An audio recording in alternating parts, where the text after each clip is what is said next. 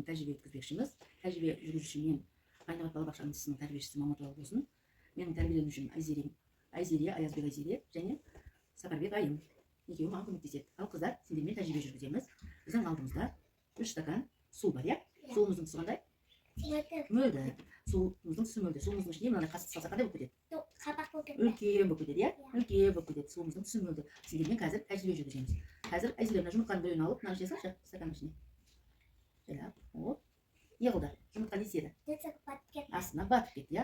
Ал енді екінші стаканға 10 қасық тұз саламыз. Саламыз. Азда сал. Сала береміз, аха. Екеу. Жайлап. Сал. Үшеу. Санап тұрамыз. 4, 5, 6, 7, 8. Енді араластырамыз. Айзерия, кім? Айым араластыршы мына.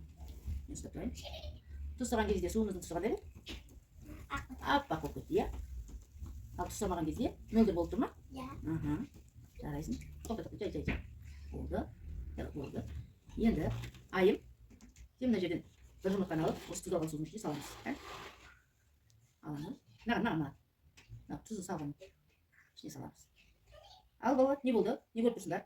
Жұмыртқа судың астына түсті ма? Түспеді ма? Түспеді. Бетінде қалқып жүр, иә? Көрдіңдер ма? Бетінде қалқып жүр. Акула сияқты. Мынандай ағаш көрініп тұр, иә? Иә.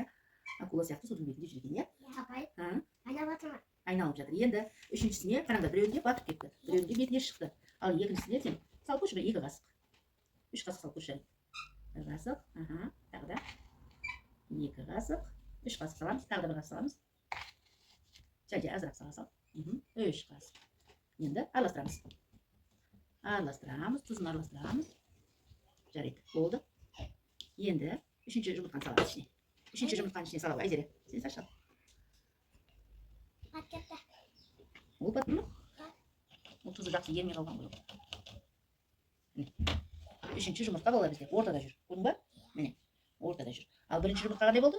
Батып кетті. Екінші жұмыртқа төбесінде жүр. Не себептен жұмыртқа төбеде жүр? Себебі оған қанша тұз салдық? Оған 10 қасық тұз салдық, иә? Тұз салғандықтан судың қысымы жоғарылап, жұмыртқа қандай болды? Төбеге шықты ма? Иә. Көрдіңдер ма? Ал мына жерге тұз салмаған соң судың салмағы, жұмыртқаның салмағы ауыр